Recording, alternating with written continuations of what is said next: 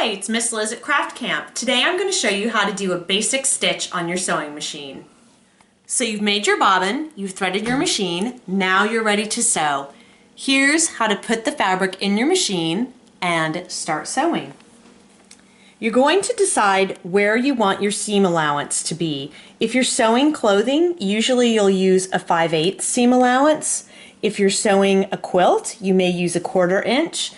If you're just going to be making a bag or something, I like to usually just use the edge of my presser foot. I'm going to lower my presser foot by reaching up under here. There's a little arm, we call it the chicken foot, and we lower our presser foot down.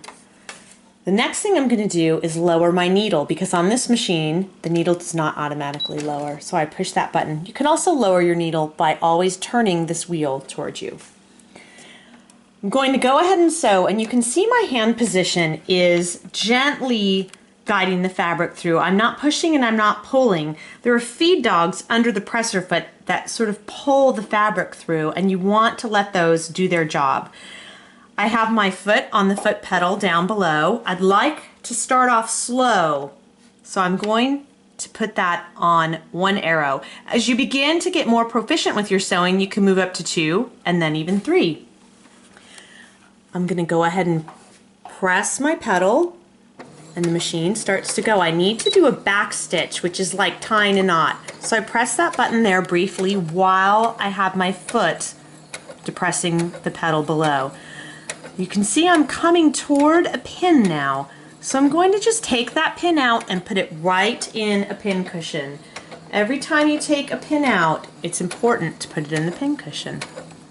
I'm going to speed up a little now. Take a pin out, put it in the pin cushion, and just continue down my seam.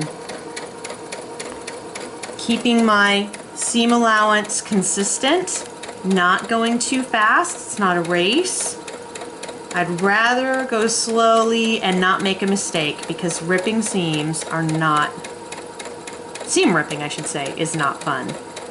Coming to the end of my seam, so I need to make another back stitch. I'll go ahead and push that U-turn button and then release it, and it's fine to just come off the edge of your fabric. You can then lift your presser foot, lift your needle, gently pull the fabric out, and either cut it with scissors about the edge of your machine or use the handy cutter that's available. And that's how you sew a seam.